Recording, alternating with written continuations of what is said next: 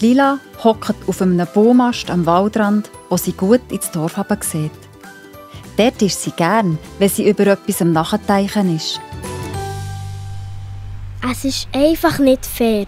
Immer wenn wir im Wald auf der Lichtung zusammen am Spielen sind, tun die Grossen so gemein zu den Kleinen. Sagen, sie seien Wingelscheisser und sie dürfen nicht mit uns mitspielen, weil man mit ihnen ja nur verlieren kann. Und dann schöpfen sie das um, bis es umgeht und muss rennen. Und das finden sie noch lustig und lachen. Die fühlen sich zusammen so stark.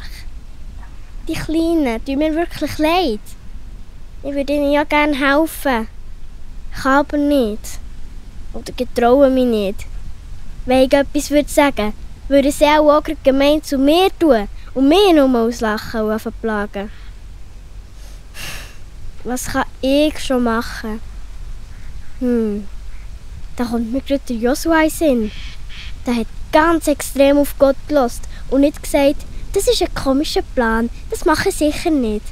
Auch wenn der Plan von Gott für Joshua und seine Männer noch so speziell war, hat er den Plan durchgeführt. Ja, und es ist gut gekommen. Und im Psalm Kapitel 32, Vers 8 steht: Ich sage dir, was du sollst tun, und zeige dir den richtigen Weg. Ich lasse dich nicht aus meinen Augen. Ich glaube, der Vers gilt auch für mich und meine Situation. Und wenn ich ein bisschen Angst davor habe, möchte ich ja doch gerne helfen und das Richtige tun.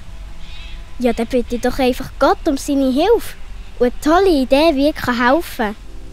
Danke, lieber Gott, dass ich dir vertrauen darf. Du hilfst mir überall und zu jeder Zeit.